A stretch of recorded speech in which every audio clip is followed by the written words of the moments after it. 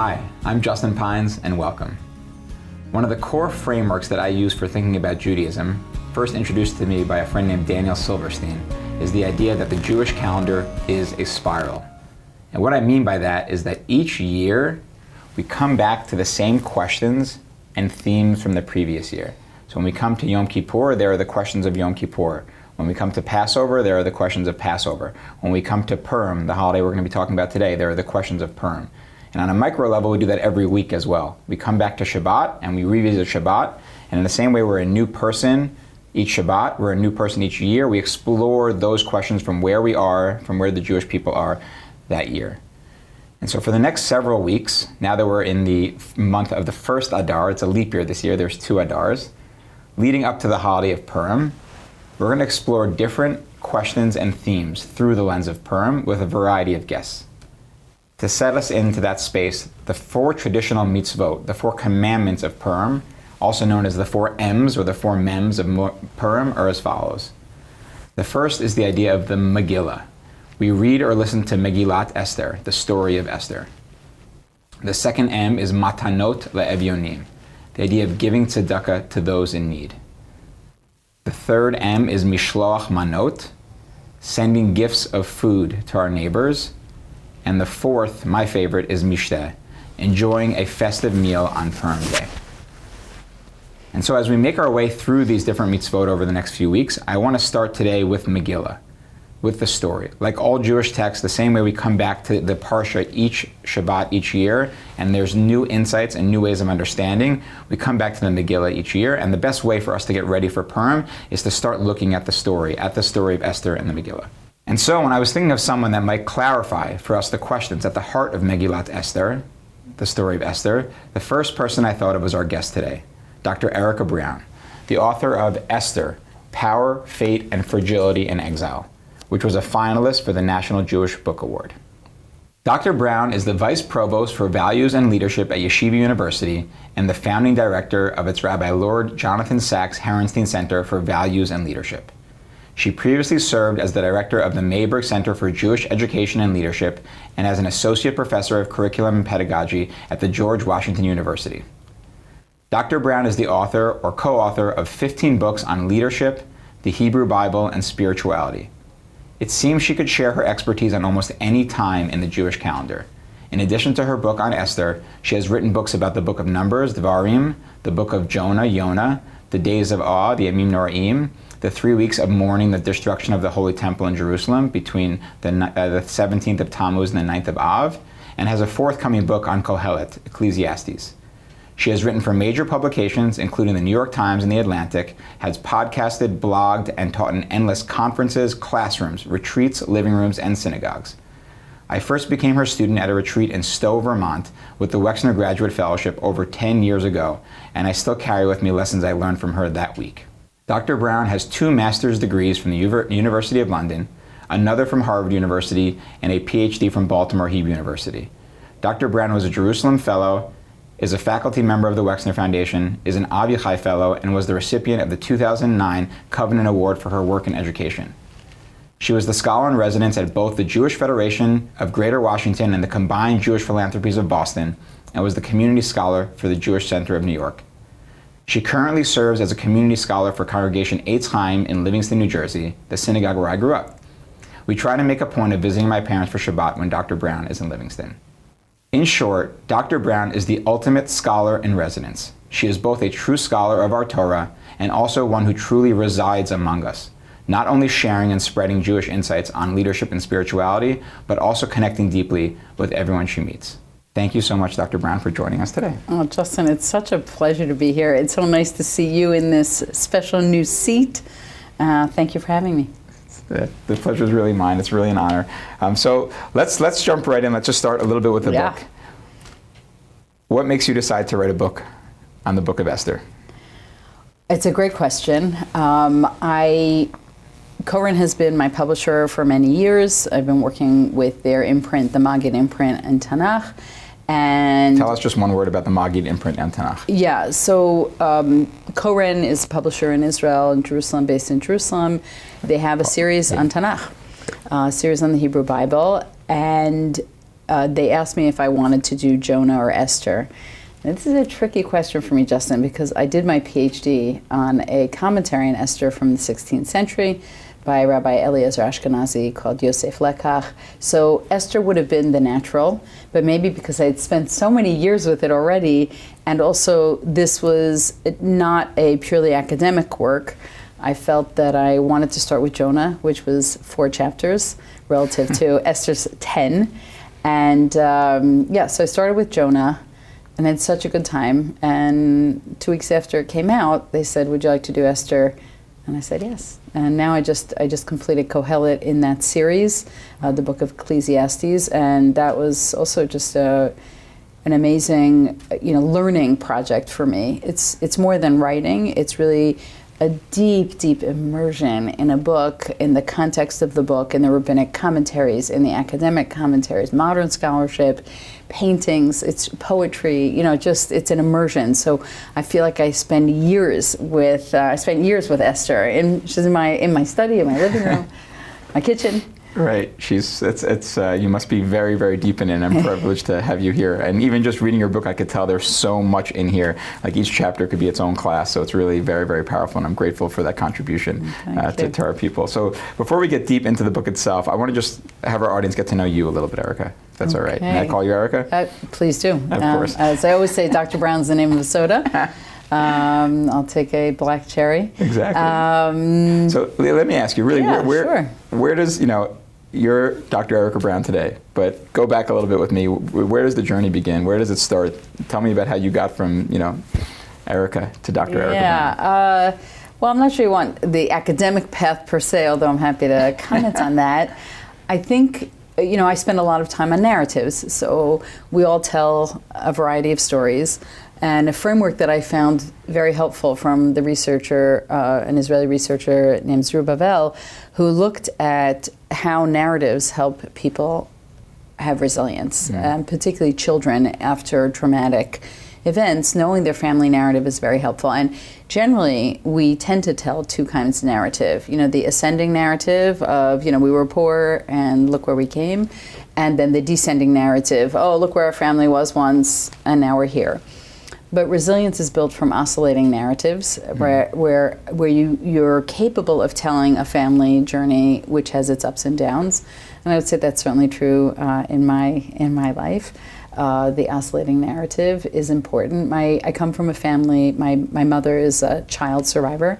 My grandparents were both Auschwitz survivors, and they were all separated when the war ended. One was liberated by the British, one was liberated by the Americans. My mother was in an orphanage in Lublin.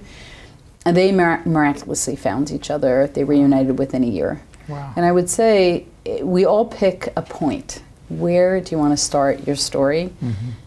And that's where my story starts. Mm-hmm. In the sense that I've always been really awed by the miracle, and also in that oscillating narrative scheme, weighed down by the hatred, weighed down by the anti-Semitism that gave rise to that. I want to pause you there 1 second. Yeah. When you say awed by the miracle, what's the miracle? The miracle that my family, that any one of them survived, that they all survived, that they all found each other. Now, of course, dozens of members of their family did not survive. Mm-hmm. And so, it's a sort of narrative embrace that is so hard, and yet also so significant. So I think when you're raised with that black cloud of that history, but also the sense that there's some extraordinary reason that they were reunited, and what does that obligate me? How does that story obligate me? Number one, to continue that story of the Jewish people and not turn my back to it, to continue the story of my family. My family left religion. My grandparents were Ger Hasidim when they lived in Poland. But when they came to America, they had a story like many others. Right? They went to deportation camp. They came here actually from Germany, and they had a chicken farm in Jackson, New Jersey, as did many. A lot of their chickens died. They weren't necessarily successful, and my grandfather ended up having a dry cleaning business, and he worked on an army base sewing uniforms. In fact, they were actually both really allowed to live because both of them, a seamstress and a tailor, they were useful, and they were useful to the Nazis. So then you say to yourself, okay. And then they moved away from the Hasidic They moved world. away. They helped build a synagogue, but religion really wasn't central. I think part of that had to do with working on Shabbat. And so they had that profound sense of Jewishness, that profound sense of peoplehood, the profound sense of Jewish history, but also a very dark reading of Jewish history, understandably. Sure. What was their approach towards America? Was it? Oh, America was such a saving grace for them, and it was, I think, many families, I imagine your family in some way, right? Had that, 100%. Yeah, had that narrative too. And then, as I was growing up, I was very close. I was always close to my grandparents. My grandmother actually died at 100, and my grandfather died at 95. Wow. May their memory be for a blessing. And they were married for 72 years. So they left that legacy. And there was always this sort of deep Jewishness that manifests itself in religion that was hidden from view. And it was something I knew they had, but it was latent, dormant. Can I trouble you for an example? Give me a sense. How do you feel? Yeah, it's like my grandfather, the Siddur, the prayer book. I mean, that's the playlist of his childhood, even though he didn't have the word playlist. But these are the songs. You get my grandmother started on Avinu Malkeinu. These are the melodies that formed them. And they had certain, opinions about things that came from their backgrounds, which were hidden from me. When you come from a Holocaust family, as I imagine many of your viewers do or know of people, it's like history is cut off. And there's no heirlooms, there's no visitations.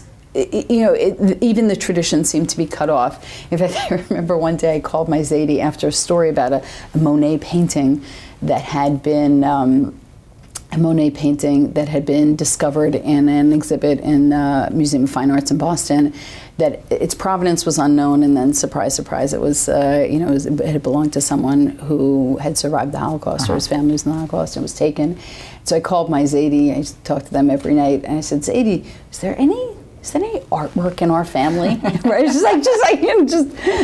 asking that question, asking for a friend.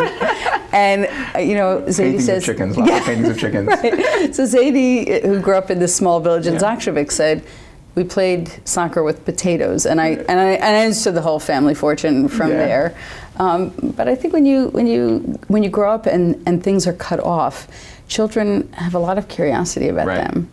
And then when I was in NCSY as a young elementary school student, I went to Hebrew school. NCSY, one sentence, is the National Congregation of Synagogue Youth. It's an Orthodox youth movement. Okay. It really only went because a friend of mine who happens to live in my town now, my friend Richard said to me, do you want to go to Shabbaton? And I said, what's a Shabbaton? And I wasn't a particularly popular kid. And this was intriguing for me, so someone invited me to something, and it was a weekend away. And I was just sort of dazzled. I was also intimidated, because it's very intimidating. And let me just say, if you have never been to an Orthodox synagogue and you walk in and there is a choreography there, everybody knows what to do. Yeah. Everyone is mouthing words, and then you're sort of pretending, and there's 3 steps back and 3 steps forward, and you're just staring at everyone because you don't want to get it wrong, and everybody seems to know when to talk and when not to talk. So I think all of that was very intimidating, but also very intriguing for me. And this is what age? Around? I would say, I think 11, like 10, 11, 12. Middle school, which is always, those are rough years, especially if you're not a popular kid. And then, I became increasingly observant. I was really... So you were hooked? NCSY, I was, but I want to say coming home to a family where that wasn't, where it was almost threatening, Sabbath observance. I will say, as a postscript, my family is actually ultra-Orthodox now. So there's so much story. I mean, Esther, this is a big book, but it's like a big life. Yeah, so but in the beginning, you know, coming home and saying, I want to observe the Sabbath, and I'm not going with you in the car to that beach, or I'm not going with you to that family event, and I'm not eating that food. And I've got to learn Hebrew because I have to learn how to pray, and you know, it's such a mountain. I have such reverence in the presence of converts that I teach, and people who make the journey, who are Jewish and make that journey, because I was there, and I was there at a much younger age, where so much less of my life was formed, and still it was hard. And you know, your family can feel threatened of, why are you rejecting our values? Are our values not good enough? And there's weight behind it this time, right? Something happened to the family and we made a choice. It's not kind of like we just got less interested. I'm so happy you're interested. Right. But you know, these things were overcome in hard and difficult ways. I went to a prep school for college, for high school, for my first 2 years.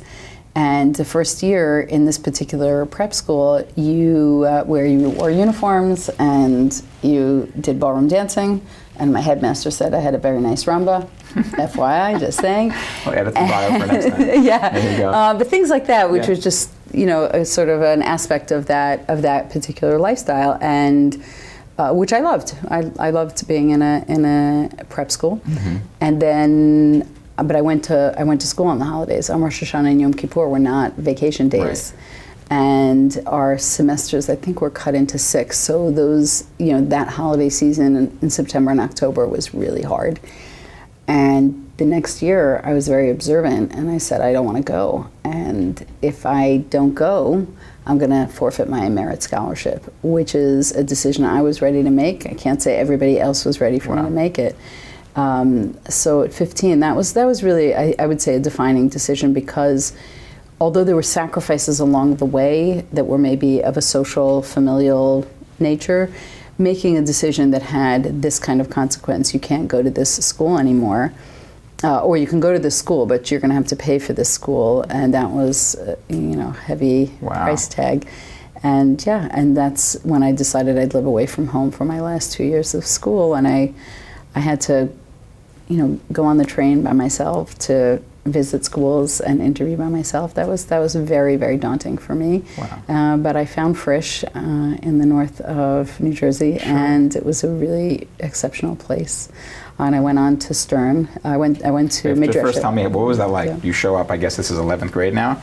Yeah. Right? 11th grade, and all of a sudden you're coming into a yeshiva high school where I assume most of the people know each other. It's a pretty tight-knit community, and you're this person who's obviously has shown impressive academic excellence if you're getting a merit scholarship. I'll just assume that. And this excitement around Judaism, did you, like, when you got there, were people as excited as you about Judaism? Was it like... I mean, it's such a different environment. First of all, I went to a prep school with, you know, fields and lakes and pool, and, you know, it was just such a different, you know, tennis courts, and the day First has 2 sinks, you know. The day, well, at that time it was a much smaller, it's much smaller school, today, yes. And you know, and also it was different. You know, everybody had their stuff outside of their lockers in the hallways, so it was like, wow, this is sort of safe environment. Everyone feels very at home here, which was not really. I was in a much more formal environment.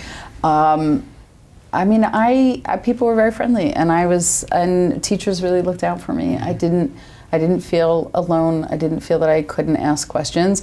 I did have to take all of my Jewish studies with 9th graders who knew way more than I did. But I'm happy to say that many of those people are still my friends. Wow. I actually, some of them are colleagues at YU with me now, which is also wonderful. And you head to college thinking, I want to be a Jewish professional, Jewish scholar, or you're kind of like want to learn more? Like, what's the mindset as you're going into college? Right. So before I went to college, I went to seminary. I went to Berea in Israel. And it was a small program. I had a recurring dream that all the books in the Beit Midrash, the study hall, were falling on me all the time, and I totally understood. You know, it doesn't take Sigmund Freud to unpack that. It's actually a persistent feeling when I walk into a bookstore, or I walk into a store that sells Jewish books in particular.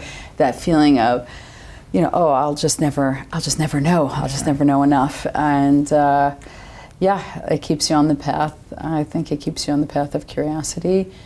I did really love teaching, and I did some teaching while I was in college.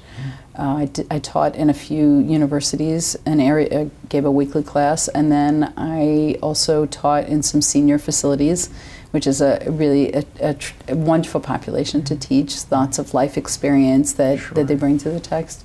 And I wasn't sure I really thought hard about journalism because I was always writing, and writing was a very big part of my life. And so in some way I don't feel that I've had to make that hard choice for people. It's not, I'm not a journalist, but I do a lot of, short form essays and op-eds and other things like that. But the writing life and the teaching life are really, in many ways, they're the life of ideas and how you express ideas. And so I think I got the best of both worlds. Wow, beautiful. Before we get into Esther, just I'll ask you, two more questions. One is, thinking back on, the many rooms you've been in, and I've been in some of those rooms and the things that you've taught, it's always, as an educator, it's hard to know, I think you rest easy knowing that it's out there. You've done your job of putting it out there, and you see if people run with it or they don't run with it. But are there times or a time where you really feel like there was like a moment where you put something out there and it really someone or some community or some group or something ran with it, where you really felt like you got that satisfaction in some way? Or is that satisfaction for you? Maybe that's not. Yeah. So it doesn't work that way. Okay, so how does it work? Great. Yeah, I think, first of all, when people say, I changed someone's life, I think that's a very arrogant thing to say. I think that the most that we can do in teaching and in writing is add one small piece to the development and the layering of someone else's narrative. And so I don't really sort of think that way. I think we tend to believe that people get more feedback as writers than they ever get. And I do get emails every once in a while, but it is every once in a while. And teaching, you get evaluations, which sometimes tell you things, but not always.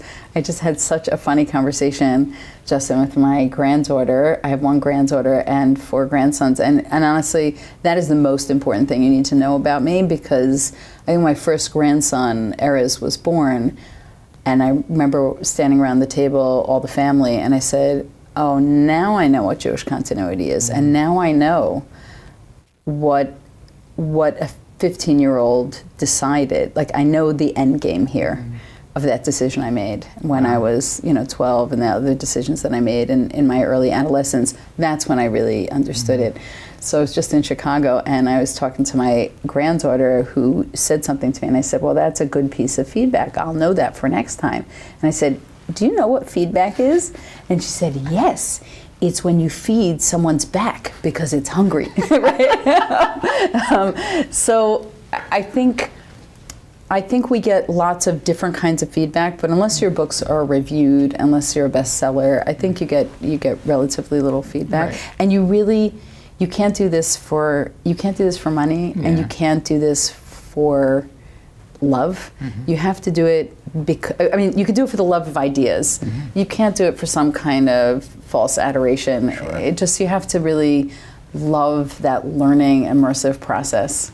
Great. I think, for me. For sure. And so tell me then, also kind of another theme that really comes up a lot in both your writing and in your professional work is the question of leadership, right? So leadership is one of these terms that's like just thrown around everywhere. I remember I worked at the Bronfman Center, I think, for 1 year when I was in rabbinical school, and you notice that people will show up to an event if there's leadership in the title, right? Because they want that for the resume.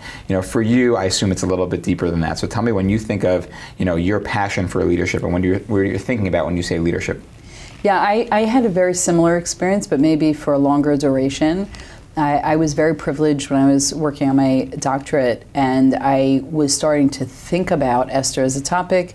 My Professor Isidore Tversky, Zatzal, and known to others as the Tolner Rebbe, he had planted this idea of working on Esther and working in the 16th century. The 16th century, and I should say this because it's a really important backdrop, up to that point, in the 16th century, there were more commentaries written cumulatively on the book of Esther than there had been up to that point. because that 100 years was really the diaspora community, people who had left the Iberian Peninsula, in 1492 Spain and 1498 in Portugal. So they had gone out and they made a new diaspora, and this was wholly new. It's not wholly new in the sense that we were used to exile, but this level of being overturned, of being betrayed, of having to rebuild, of taking stock of what you had. I mean, you look at the Holocaust. We're still writing about the Holocaust as if it happened yesterday, because it's going to take more than a century for us to understand what happened here. Why did it happen? How did we rebuild? How do we go from here, where Warsaw, the Jerusalem of Europe, is now relatively, it has a small Jewish community. So how we rebuild and restock and adapt. So I was very interested in that in the 16th century, in the period in which I worked. And what I was interested in are a few things. One is, how do you lead in a community that has had this much destruction, this much transition? And how do you view the leaders who did that to you? And so I was working on that from a doctoral point of view. At the same time, I started working at the Federation in Boston under Barry Schrage, who's a close friend and mentor. So I was at the Combined Jewish Philanthropies, and also I heard young leaders and new leaders and medical leaders and women's leaders. Everyone's a leader. Right, everyone's a leader. And I thought to myself, that can't possibly be true. And also I think as we encounter in the philanthropic community generally, you meet people who are not necessarily consensus builders, who are not interested in the wisdom of teams, who don't necessarily think about how to negotiate or navigate conflict. And I became very increasingly interested, I think, from two very different points of view, the academic, intellectual, spiritual point of view, and then this sort of drumbeat of hearing about leadership and saying, there really has to be more to this. And I was a Jerusalem Fellow, so I had the privilege of being, in the Mandel School for 2 years, and taking off and reading and thinking and visiting all kinds of experimental schools. And I had a mentor, an economist, Pierre Kletz, and I had asked him, I want to study leadership. I want to study it as a discipline, as opposed to studying it based on anecdotal evidence. Right. And that began a lot of reading and writing and thinking and talking and studying and observing. That's the most important thing, is just observing behavior. And I will say, in my own leadership practice and things I think about leadership, all leadership development to me comes down to behavior modification. You learn from a mistake, you adjust. Wow, good for you. You sort of observed yourself in a situation, and you adjusted and you corrected course. You had certain experiences. You brought more people into your circle of influence. How do you expand a circle of influence? These are such interesting questions. And also group dynamics. You'll sit and observe a board meeting, and you sort of say, oh, here's the domineering voice, here's the indecisive voice. Here are people who are disengaged, and social media has not helped on that front at all. Here are the people who are change agents, right? And not everyone's a leader in that room. And there's some people who are visionaries, and some people who are change agents, and the other people who have a title.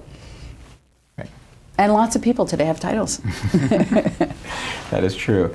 All right, so maybe that brings us nicely into Purim. And I think this was implicit in what you said before a little bit, but this idea of the relevance of the story of Esther in that moment of this post-Spanish Inquisition is the idea that kind of a people living somewhere away. And reconstituting themselves and deciding, how do you want to live? How should we live by virtue of what just happened to us? What's the past? I mean, certainly we have that in Yirmiyahu, in the book of Jeremiah. You're living in Babylon and Babylonia, and Jeremiah gets this prophecy to tell people, that they need to marry, and they need to build homes, and they need to build vineyards, and they need to live where they are, when it's very easy to say there's no life ahead, and just to see that sort of blackness of of hatred, of exile. I think the exilic consciousness is a fascinating consciousness, because if I introduce myself, Mordechai is introduced as an exile. Sure. If I, so I'm going to pause you there 1 second. So sure. The exile, let's just situate ourselves in Jewish history. So the first temple has been destroyed. This is the Babylonian exile. And the first example you shared was the prophet Jeremiah's response to that, which was kind of like, don't sit around weeping in Babylonia. Yeah. I mean, you can weep. Yeah. You can weep. Sorry, weep. You can weep. Actually, weep and right. And constitute a life of some kind. And now you're shifting to Mordechai, right? Yeah. Mordechai's in the same exile as Jeremiah, correct? In the Babylonian exile. So, Great. and what's interesting is this behavior. Again, the internalization of this narrative. Many people will focus on, they tried to kill us, right? They tried to kill us. And that's the story that we're going to communicate. And I remember when my own children were young, and maybe you did this also, Justin, is you go to day school and you come home and you confuse Haman and Achashverosh. You confuse all of these characters. The bad guys. The bad guys, right? Because there's like a troop of bad guys, and they seem all out to get us. But there's another story here that we, and especially in this moment, because I don't want to forget about the moment that we're in, Sure. and I am constantly thinking about it, because it's sort of, on some level, it's the ultimate horror story. You are sovereign. You have your own state, and you're attacked in your own state in a way that feels like what it felt like in the 40s. And I think that's I want to sort of make some intersections here in these books. And we learned how to adapt. We learned how to build a life. We learned how to flourish. When I look at my grandparents' life, when I talk about the miracle, I don't only mean the miracle that they existed or that they rebuilt, but the miracle of getting up every day and laughing and making other people laugh, which was something my grandparents were particularly good at. It's like, what allows us to do that, if not some kind of DNA that has been nurtured over time that says, the story's not over. This story is not over. Right. So Purim, actually, I think, and you lay this out beautifully in your book, really gets at some of these questions, right? So we have this example of people that are living in a foreign land, right? They've been exiled from Israel. The temple is gone. They're living in Persia. I think you used the language that it was a time when no one remembered a time when the Persians weren't in power anymore, right? And Mordechai and Esther, our hero and heroine, have these, local names. Let's say, right? Mordechai might have been named Marduk after after a Persian god, and Ishtar, right, for Esther. Even, and her Hebrew name was Hadassah. So we can, and we're imagining a world. We can imagine today, right? I'm Yosef in Hebrew. I'm Justin in America, right?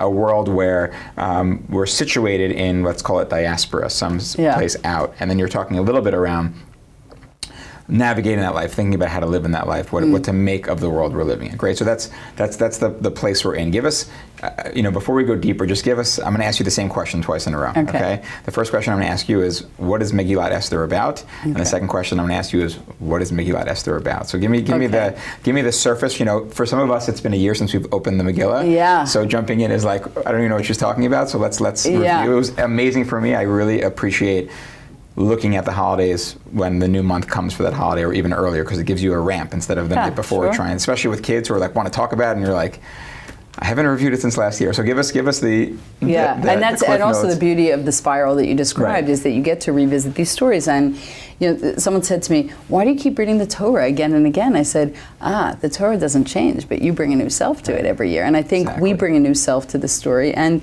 particularly writing about Esther, we have brought historical selves to this story, right? There's a certain social commentary that we write to it every year, and I think we're in that. We're facing that again in this spiral.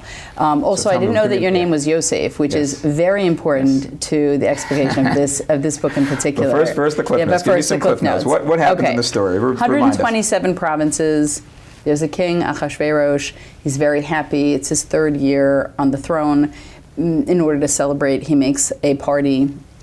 I don't know if you'd make such a party. It's 180 days and an additional 7 days for certain higher ups. So he has this party to really show off his his achievements on the throne, which perhaps was done by an insecure king, and as we'll see, the details sort of pan out. And this is the only biblical book, Justin, that we begin with a building, right? And it's a building that is not our building, right? This is not the portable temple. This is not the holy temple, the Beit HaMikdash. It's not the Mishkan. It's not the Beit HaMikdash, a holy temple in Jerusalem. This is a king's castle, right? Mm-hmm. A king's sort of the king's largesse. And he makes a party, and at the concluding party, the after party, the 7-day after party, he asks his wife Vashti to come out. The Midrash says to come out sort of without any clothing. He's sort of belittling her, sure, even though it seems that she is the reason that he's on the throne, and he gets it through marriage. I actually think that you don't have to go there. I think you can simply say these were separate parties, and he belittled his wife by sort of, showing his authority over her and making her undignified. The fact that you will do it shows that I have power. I'll ask. You need to belittle yourself by coming to this raucous party, this drunk party, where we're all drunk, and as a result, this small, let's say, or this marital rift becomes of national importance. Now, we could belittle that he's so insecure that he has to have his advisors, and then he has to send out a letter lest every man be belittled in his own home. But we see today that we tend to focus on the marital spats of presidents or kings and queens, as we like this kind of gossip. Yes. And the book here gives us that, gives us its fill of gossip. And so this family event becomes of national importance. And as part of that dynamic, we get in chapter 2, we meet Mordechai, who's an advisor to the king, sits in the king's the Shar HaMelech, the king's gate, and he actually stops a conspiracy to kill the king, but it goes unannounced, which becomes important later in the story.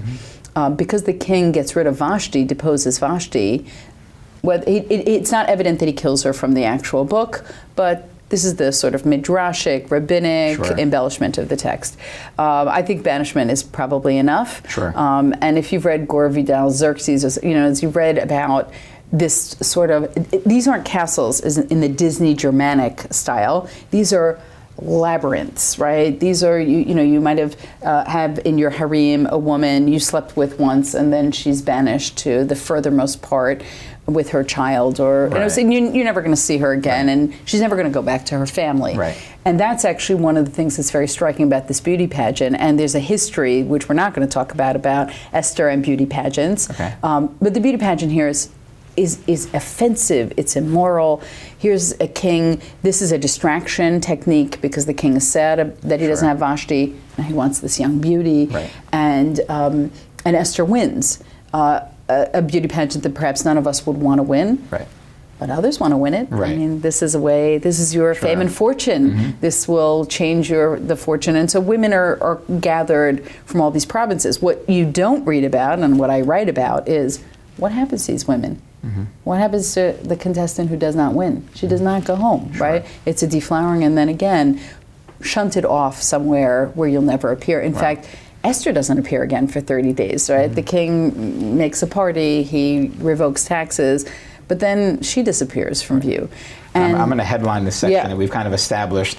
This is, let's call it like a hedonistic, power-driven world. That's the world we're in. This is, it's lavish parties, it's, as many women as the king wants, that kind of thing, right? And then Esther wins this pageant.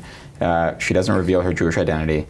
She does not reveal her identity. She's told not to reveal her identity. She's told not to by her uncle Mordechai, who, and then we have kind of this unfolding plot. Haman, who comes onto the scene, and so Mordechai doesn't bow down to Haman, although Mordechai really technically should have ascended to a more serious position because he showed that he blocked a murder attempt, an assassination of the king, but he doesn't get rewarded. Instead, right after that, which I think is really the Megillah, the scroll's way of saying, good people have to wait sometimes, right? That sometimes people you think are totally incompetent or evil or wrong, become elevated in position, and Haman thus begins the Haman-Mordechai sort of war of contempt, and ultimately the denouement is that Esther is a queen. Esther is told by her uncle at some point to reveal herself to save her people after Haman says, I don't like you, Mordechai. And in fact, not only do I not like you, but this is the way stereotype is, I don't like any of you. Right. And we're experiencing a lot of that today, assumptions that are made by us because we're a particular ethnicity. This doesn't only affect Jews, it affects many other people of different colors and races and ethnicities and religions. I don't like you and I don't like all of you. And it's not only that I don't like you, I'm actually going to kill you. I've been rereading Deborah Lipstadt's book, Anti-Semitism Here and Now, which predates our current situation. But again, these are resonant themes. And I could argue that anti-Semitism begins in chapter 3, verse 8 of the Megillah, where Haman basically says, these people are am mufurad umufuzad. They're scattered, they're spread out, they don't observe the king's laws. And as a result, we should eliminate them. Because there's a big jump between saying someone is different and someone doesn't deserve to live. Right. And I think that's the first time that sentiment is vocalized. And it sort of reverberates through history. Right. So like maybe you have like Pharaoh killing the babies. But they're I mean, I think it's important to emphasize that anti-Semitism is an irrational hatred, a persistent irrational hatred. So you could argue that Pharaoh was worried about a fifth column, right? That it wasn't because of the particular race. It was because there was some kind of security threat. That's Rabbi Jonathan Sachs, who's an incredible mentor and teacher of mine. He calls it the mutating virus, right? Anti-Semitism. They hate us because we control too much. They control, or because we do too little, or because it was whatever. There's always something. Yeah, there's always something. There's always one world event. It's 9/11. It's COVID. It's something else. There's always a reason, and I think it starts here. I think it starts here. And so, of course, the denouement is that Haman is found out to be the sort of megalomaniac that he is, and Esther reveals herself. And then the story sort of unravels in Jewish favor, but not before 75,511 people are killed on the Persian side. That's a lot of people, because the king was too rigid to change any rules. So once the declaration that Jews were destined to die, the only thing they could do is defend themselves instead of just repeal and revoke that particular enactment. And then we celebrate our victory, and there's a complicated end to the story too, and we want to talk about that. Great. Too. So let's do all those things. So, give me the headline for you. What is the book of Megillah Esther about? What's not the facts of the story, but what is the core question that it's raising? Right, we're coming back to Megillah Esther, 2024. Yes. We're sitting down with it. What's the question it's asking us to I think reflect it's on? saying, this is how you live in exile. Or the question would be, that's the declarative statement, the question would be, how should one live in exile? Great, and I want to pause that for a second, because I never used the word exile in my life from reading the book of Esther until I read your book. To me, it was always diaspora. Yeah. Right, and those to me feel like two different things. Yeah. Diaspora feels like something that, like, in some ways we're proud of. We're outside of Israel, but where I used to work at the Hartman Institute, we use language from no home to two homes. Right, this idea that like America is home and Israel is home. There's nothing, diaspora is outside of Israel, but it's something different. Exile to me feels like more like it's a judgment. There's an opinion there. Great. So for you, you're saying that, how do we think about living in exile? Are we in exile right now? American Jews, are we in exile? We're in exile. We're in exile. Tell me more. We're also in diaspora. Our job is to create vibrant and robust communities where Jewish identity matters, and where it matters not because an enemy tells you that you're Jewish, but because your soul tells you that you're Jewish, and you belong to a people with a rich history, with beautiful rituals, with ways of sanctifying time and space. And I think, unfortunately, sometimes we become more Jewish when someone else labels us that way. And I think there are a lot of people searching in this moment right now for what it means. What does my Judaism mean to me if it comes at the cost that it comes at. Great. So I completely agree with that sentiment. I think that's part of why I'm excited to be doing this work here at JBS. And so what I hear you saying, and I think it resonates with me, is that inherent in exile is a sense of, and you mentioned, we talked about this before a little bit, kind of becoming accustomed to the place that you're in, right? You start to learn not only how to survive there, but how to be a functioning member of that society. There's a ceiling, I hear you saying. There's a ceiling to that. There's a ceiling. It's a question of what means do you need to use to have influence, which would be two-sided. One is, how do we protect ourselves, and which has always been the question of Jewish survival. How do we best protect ourselves? By sort of serving the monarch, serving in positions of influence where we have some voice at the table.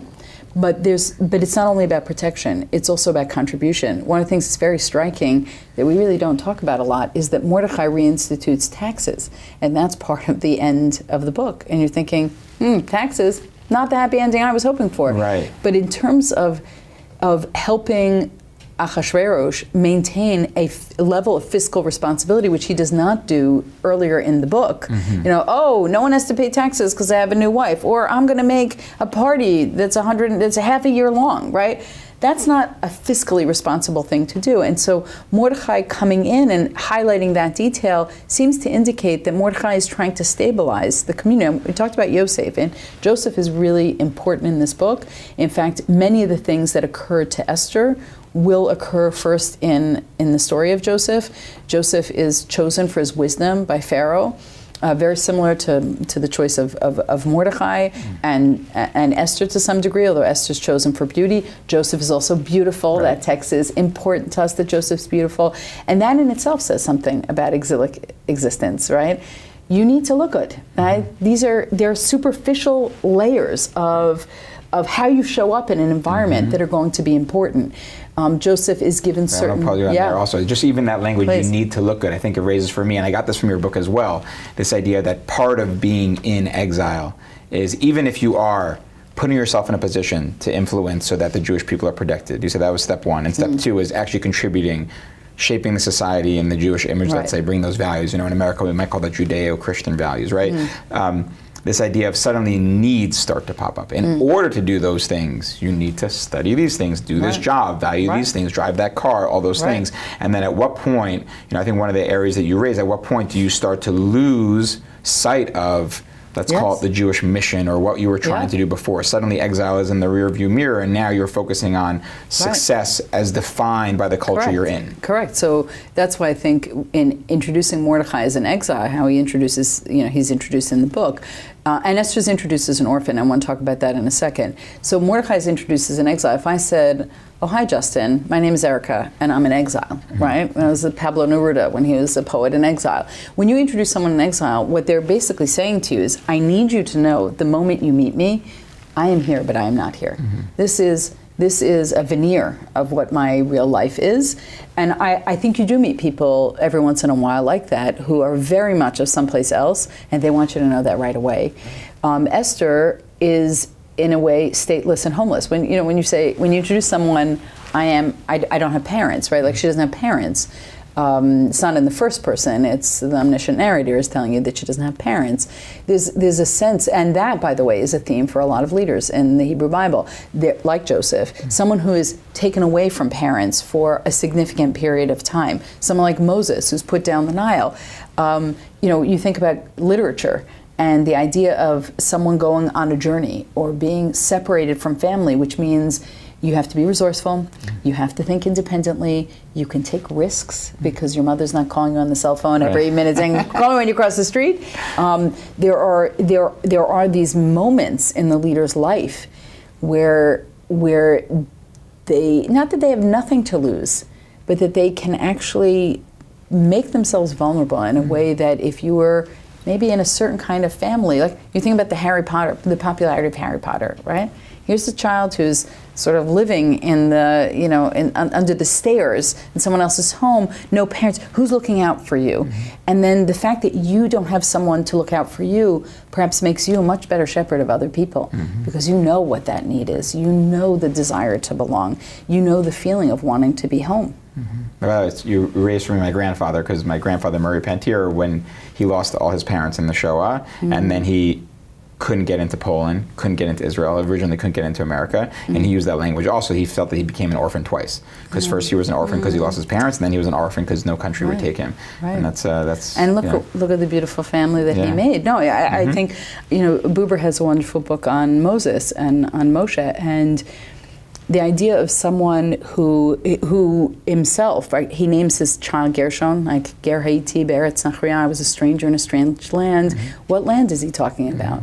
He's a Hebrew, but does he identify as a Hebrew? Wasn't raised as a Hebrew, and then these women from Midian call him a Mitzri, call him an Egyptian, and who names a child that unless you're experience this existential state of loneliness? And Buber sort of understands that this is why Moses can put up with a complaining people for 40 years, is saying, I need to find home. I need to bring people home. Right, and you lay out beautifully how this is also true of Abraham and Jacob. They both also leave their home, go to a new place, a place where they don't feel at home, where they feel like they're a foreigner in a foreign land. Right. So that's the Jewish is that our challenge. calling card? You say it's the Jewish challenge. So is the idea, is the challenge to learn how to exist constantly in exile, or is the challenge to find our way out of exile? So I would argue that right now, because we have a state of Israel, I think it's very hard for people to argue that we should live historically outside of the lands of Israel. I understand why people do. We're having this conversation in New York City. We're not having it in Jerusalem. But our next conversation, the Talmud reports in the tractate Shabbat questions that you get asked when you get to heaven, and I think there are a variety of important questions about the way in which you conducted yourself in this world. But if God says, in 1948 we got a state of Israel, did you try to live there? Did you think about that? I think there's a provocation that's built into the book, and I think a lot of people think this is a book about how to live in the diaspora, and I would say, no, this is a book which really lays out the danger of exile. I've come to that for a lot of different reasons, but it really emerges for me from the book. So would you mind if I looked at the book with you a little bit? Take it, please. Okay, so as you can see, all my little stickies here. But I was, a number of commentaries and modern scholars believe that it's a story of Jewish success in the diaspora. And I said, what if this was actually a story of failure? So give me a page number. I'm on page 13. Great, I'm with you. Go for it. The Book of Esther may be read as a didactic tale and a warning not to get too comfortable in the diaspora, precisely because the miraculous turn of events is too unlikely to count on in the future. So you can't count on the fact that all these miracles came together in a particular way. Maimonides says such a beautiful, is in the laws of this scroll, he talks about the fact that you have to read this book, no matter what you're doing. Everybody has to listen to this book, and they have to listen to it in chronological order. Because every miracle is dependent on the miracle that came before it. But to rely on those miracles is quite a lot. In fact, in the tractate Megillah, there's this fantastic story told, which to me is actually very, very deep. Two rabbis get together, they get drunk on Purim, and one of them kills the other. And he's so upset that he did this in his drunken stupor that he begs God and he prays to God, God, can you bring him back? And God brings him back. The next year, this same rabbi calls his friend, the same friend, and says, should we get together and have a drink for Purim? And the rabbi says, a miracle might not happen again. In other words, and I think that actually, he's really trying to tell you how to read the Megillah. Wow. He's saying, sort of like the drunken stupor of exile, where you think, well, we're safe here. And then all of a sudden, look what's happening on university campuses. And I've written extensively about this. And not only because I'm at a flagship Jewish university now, I would have said this had I been somewhere else. This is the time we need to interrogate some of the choices we've made about levels of comfort. We used to be very, very comfortable in the Ivy League. We used to be very, very comfortable on college campuses. We used to out-represent our sort of percentage of in society, in American society, on a college campus. I think we're seeing that's not a comfortable place for us, and I'm not sure that's going away anytime soon. Great.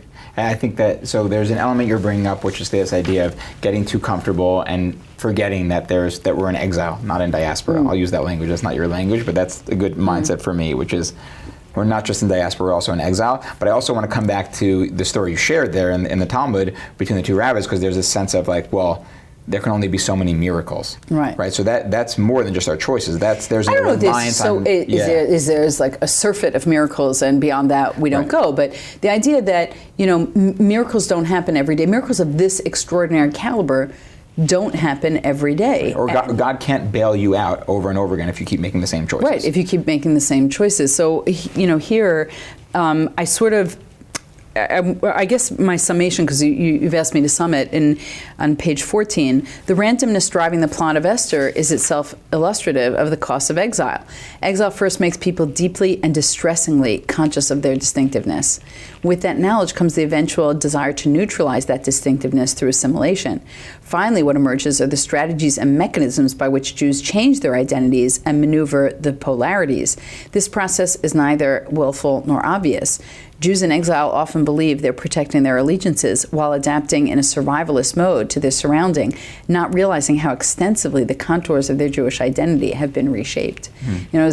Is our goal, would we say, for most of us living, let's say, suburban Jewish, meaningful lives, that our goal is to live successfully here in a certain kind of home with a certain kind of renovated kitchen, sending our children to certain kind of schools and taking certain kinds of vacations? Or do we still live very deeply Jewish dreams of justice? How much can I do in this world? I don't know if the generations that follow, that sense of distinctiveness which we first experience, and that desire to neutralize it, how has that reshaped the contours of our own Jewish identities? If we lean heavily into the American dream, do we lose sight of the Jewish dream? Yeah, and what are the Jewish dreams? Dreams of repopulating a land, dreams of rebuilding a temple, dreams of living Jewish lives in a Jewish state, dreams of fighting injustices around the world. In fact, one of the things I worry about most in this war is that the promise of Isaiah, of Yeshayahu, of being a covenant nation and taking people out of darkness, that was for us this idea of tikkun olam, of committing to the world and singing the song of humanity, as Rav Kook would say, as Rabbi Kook, the first chief rabbi of Palestine, would call upon us to do. Have we said, well, the world has betrayed us, and now we don't need this world, and we're going to recede from our responsibility to social justice? Wouldn't that be a terrible cost of this war? If Jews around the world said, we don't care about influencing society, and we don't care about being a beacon anymore. We're just sort of protecting ourselves and living in hatred, and that's a terrible cost. So I think that raises another question, right? So we mentioned that it's very interesting. I think one of the most well-known things about the Megillah is that God is not mentioned. Yeah. Maybe a lesser-known thing is that Israel is not mentioned. Right. And we talk about the land. But I also hear in your language now, not just the question of, well, when you're in Israel, you're not in exile, and when you're in America, you are in exile. And you bring Eliezer Berkovitz in your book, where you talk about the idea of exile as a mindset. You talk about geula and galut, redemption, and the relatedness of those words, and as almost a mindset. So do I hear you saying a little bit right now that like you're feeling a concern that, regardless of whether people in Israel or North America, or globally, I should say, for Jews, that there's kind of people are being backed into a corner where they feel like in exile compared to the world in some ways, or they feel like there's some distance there. Talk to me about that mindset of exile and redemption. It's interesting. We'll turn from Esther to Ruth, two phenomenal books. And in Ruth can only be redeemed by a character called a goel, right? A redeemer. Now, if you think to yourself, it's not enough to want geula, to want redemption. Each of us has to be a goel. We have to be a redeemer. As the job is to be a redeemer in this life. That to me is the Jewish dream. It's not only what we do for our people, it's what we do for the world. We don't retreat from the world. We lean into the world. We set a high standard of morality in the world. We care about the world. And what happens to us when the world when we feel the world ceases to care, and sometimes we don't hear the voices. I hear the voices. I have Muslim friends who've reached out to me, I have Christian friends who've reached out to me, I have Mormon friends who've reached out to me. A friend left a message on my phone. Erica, please let me know what you're praying for so I can pray for the same thing. Erica, what are you praying for? Oh gosh, so many things. I've tried to write that so many times. Just I pray every day. I want to be clear about what I'm praying for. Yeah. What are you praying for, Erica? I mean, right now, first of all, I'm praying for so many people, for so many soldiers, so many hostages, specific hostages that I have a relationship to for one reason or another, specific soldiers certainly. I think it's not enough to pray for those things, and I think that's, to bring us back to the book of Esther for a minute, I think you're also praying for an infrastructure where things are different. I don't pray for peace. I pray for truce. Because I think when we set sort of a John Lennon, Yoko Ono, we're all peace and imagination, we're setting ourselves up for failure. We're not, there are, in all of our relationships, there are irreconcilable differences. And nationally, there can be irreconcilable differences. Let me know how I can live with you. This book has a formula and says, you want to know how to live well in the diaspora? Watch your back, be careful, and make important contributions on a large platform. But this book, this last chapter, has only 3 verses. Every other chapter has many, many more verses. And I have a certain conclusion from that. The people who read it and they don't even recognize literally, you just dropped off of a cliff. The author just left you there. Sure. And I think that's because this does not have a happy end. If it were to continue, it will continue in the way that most diaspora communities continued, which is you may be successful for some period of time, but that period of time will be over. Joseph, right? Vayakam melech chadash. There'll be a new king who will not recognize you, Justin Pines, right? In other words, will not recognize the contribution of the Jews. And you better prepare for that. And have you been reading your history books? Because it's not going to be different. It could take 100 years and it could take 500 years, but be aware. And so one of the things that I do in this book, and it was my favorite thing to write actually, was 3 alternate endings that were all sourced in biblical books that could have been the continuation of this story. And in some way, they're almost all that oscillating narrative. It's not going to stay good because it wasn't always good in this book, and it will not continue to be good. But for right now, in this slice, we're okay. We survived, and there's affluence. But even ending with Mordechai's robes, right? What we need to care about are the clothes, the garments of the high priest. It's not Mordechai's, secular clothing. It's not Joseph's gift that he got from Pharaoh. Ultimately, we trade that for the clothes of slaves. So I think this is a powerful book. It's a powerful book with a powerful message and a powerful warning. Warning, lessons, messages that couldn't be more relevant for the time period we're in now. You're raising for me. You ended beautifully, but I'll ask a question anyway, which is, what you're making me think of right now is like the 2 games, if that makes sense, right? There's been a lot of talk about where did morality go? When do we stop having conversations about what the moral thing to do in this world? And I'm thinking about your framework of kind of okay, well, in order to be successful, we need to wear the robes. We need to be on the board of the school when someone is speaking anti-Semitic, when Jews aren't protected anymore. We need to do all those things. But at a certain point along the way, do we lose sight of morality because we're so focused on being successful at the diaspora? Or do you lose? It's not. Morality is a piece of this, but it's a question of what kind of influence do you want to have in the world in which you live. The people saying to me, well, right now, I think my kid should be in this university, even despite all of the protests, because there needs to be a Jewish voice. And I said, your child's soul is not up for grabs. Where anxiety lives, learning cannot live. And I think where anxiety lives generally, it's very hard for us to live. And we have figured out ways because we're incredibly adaptive. And now we have to be incredibly adaptive in our own state. So I think there's so much. We're sort of in the middle of history. We're always in the middle. There's never sort of the end. And I always hope that we end with the miracle. But I know in the oscillating narrative, Right. we're going to keep going in some way. We have moments of redemption for us to celebrate. We have that moment of the mishteh, The mishteh, and you sort of like have to blur yourself. And I'll end with this point. You open beautifully with the 4 mitzvot that we have to keep. One of them is we understand gifts to the poor. That is an element of every Jewish holiday. Why do you have gifts to friends?